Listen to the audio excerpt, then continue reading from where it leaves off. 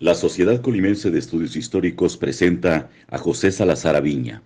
José Salazar Aviña es médico, cirujano y partero. Nació en Tecomán, Colima, el 9 de noviembre de 1959. Es miembro de la Sociedad Colimense de Estudios Históricos desde 1989. Además, ha sido promotor cultural en diferentes facetas y aspectos. Director bibliotecario, director de ciencias de la Secretaría de Cultura, y además ha sido presidente de la Asociación de Cronistas de Pueblos y Ciudades del Estado de Colima, además de miembro de la Asociación Nacional de Cronistas de Pueblos y Ciudades Mexicanas. José Salazar Aviña es socio de número de la Sociedad Colimense de Estudios Históricos. Con ustedes, el doctor José Salazar. ¿Qué tal? Mi nombre es José Salazar Aviña y estamos aquí haciendo historia. Ahora vamos a compartir la vida de un ser humano colimense. Nació en Villa de Álvarez y él nació pues de una familia antigua que por lo menos durante 2 siglos se había establecido en la villa, y ahí nació José Salazar Cárdenas, hijo de José Salazar López y de María del Rosario Cárdenas Delgado. Fue registrado en la villa, como le decimos ahora, a Villa de Álvarez, y pues sus primeros años los pasó al lado de su familia, 5 hermanos, en medio de la familia, y pues hubo la oportunidad de poderse ir a México, a la Ciudad de México. Entonces hizo una parte de su primaria, 2 años en la villa, y llegó a México y se inscribió en otra escuela que tuvo la fortuna pues de encontrar casi inmediatamente lugar. Y ahí cursó también su secundaria, su preparatoria. Ingresó a la UNAM, donde estudió la carrera de medicina. En 1950 llega a hacer su servicio social, pues a un lugar muy lejano, a Armería, Colima. Y le dio tanto gusto porque pues había muchos paisanos. Hay que recordar que hay una afinidad sociológica, económica de las personas de la Villa de Álvarez con Cuyutlán por la zafra de la sal. Y es conocido de todos que cada año, pues aún incluso en la actualidad, hay una gran cantidad de villalvarenses que van a trabajar las salinas. Entonces él, estando allá y terminando su servicio social, se encuentra con un primo de él, Miguel Ahumada Salazar, que en ese momento fungía como administrador de la cooperativa de salineros.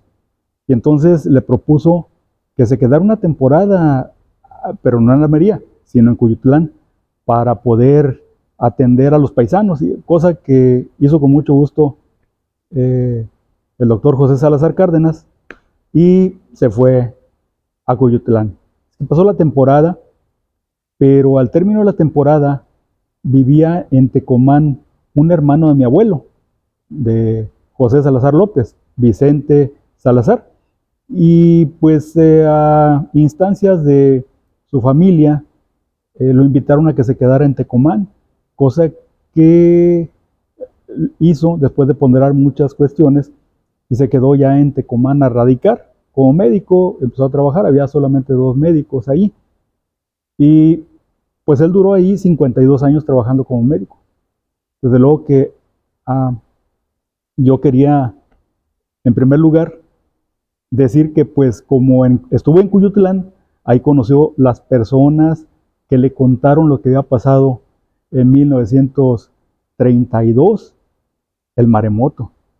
Y como pudo entrevistar ahí a quien luego, bueno, en esa época del maremoto, era un niño de 9 años. Y después se casó con una hija, mi tío Vicente, mi tío Rafael Pinto Pérez, se casó con mi tía Leonor Salazar, y entonces, pues, ese niño era él. Entonces, platicó con él muchas veces, producto de eso y de lo que él había visto allá, pudo llevar a cabo esta pequeña publicación. Es un librito que trata justamente del maremoto de 1932. Y pues lo importante es que, no sé si se alcanza a ver, pero aquí hay un sellito que es el de la Sociedad Colimense de Estudios Históricos.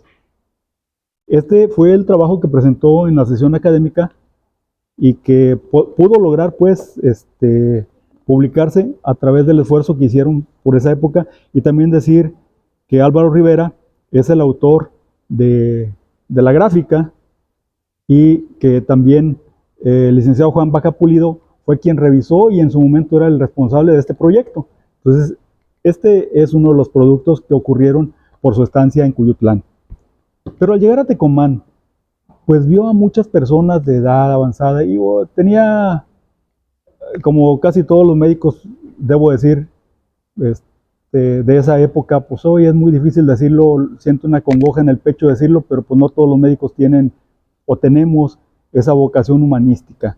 Pero bueno, así de esa generación sí la tenían muy bien acendrada, y entonces pues a muchas personas que vio, pues evidentemente que era sin cobro y además tratando de conseguir los medicamentos. Tecomán, recordemos que era una población, aunque con una cierta capacidad económica a partir del 52, porque además pudo convertirse en ciudad, pasó de ser un pueblo a la ciudad por un decreto del Honorable Congreso del Estado de Colima. Pero ahí le contaron muchas cosas, y a partir de ir recopilando la información, dándole vuelta a todas esas cosas, surgió este otro libro, Así era Tecomán. Pues él escribió de todas esas informaciones y una colección de aproximadamente 150 fotografías antiguas de Tecomán. Este volumen. Y además tuvo muchos pacientes que eran trabajadores del campo. Y gracias a eso, y también no quiero que se me escape un detalle, uno de los patrones más grandes que hubo por la cantidad de trabajadores que tenía era Juan Madrigal Solórzano. De hecho, Juan Madrigal hizo lo que casi ningún patrón más hizo en Tecomán. Afilió a todos sus trabajadores al Instituto Mexicano del Seguro Social y pagó las cuotas de todos. Es decir, eso es muy raro. Generalmente el patrón lo que hacía es tratar de escabullir esa responsabilidad. Y pues no solamente eso.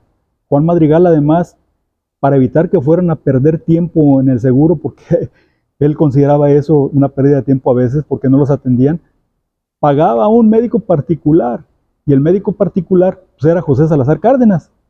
Entonces llegó a hacer mucha amistad con don Juan Madrigal, pero llegó a entender ese proceso económico que venía de 2 siglos antes, por lo menos, que eran las haciendas.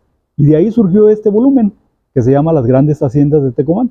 Y ahí pues hay detalles importantísimos que deberían de conservarse.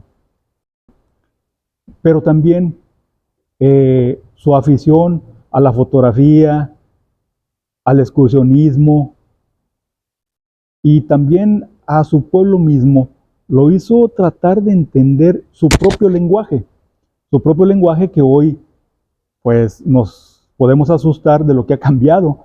Ese lenguaje de Colima, un lenguaje coloquial donde guardaba una gran cantidad de castellano del siglo XVI y también de nahuatlismos, de pronto se encuentra en el habla popular de Colima. Otro libro que también trata, es un gran vocabulario, no solamente es diccionario, es un gran vocabulario, porque también tiene aquí no solamente el significado de las palabras, sino que también tiene dichos, tiene citas que pueden ayudarle a una persona de la actualidad a entender las palabras. Por ejemplo, tiene expresiones como trompada, y si alguien le dice ahorita, oye, te voy a dar una trompada, en realidad no podría saber la gente joven que es una trompada, y aquí está definido: golpe dado con la mano, puñetazo, bofetada, y también se llama así una pieza de pan de las que se hacen en Colima. Por ejemplo, el paiste es una planta bromeliácea, epífita, especie de malojo o heno que cuelga de los árboles. El paiste Yo creo que hay un sinnúmero de palabras aquí que rescató ese lenguaje que hoy ya se está extinguiendo. Otro libro más de José Salazar Cárdenas. Un libro de cuentos rurales.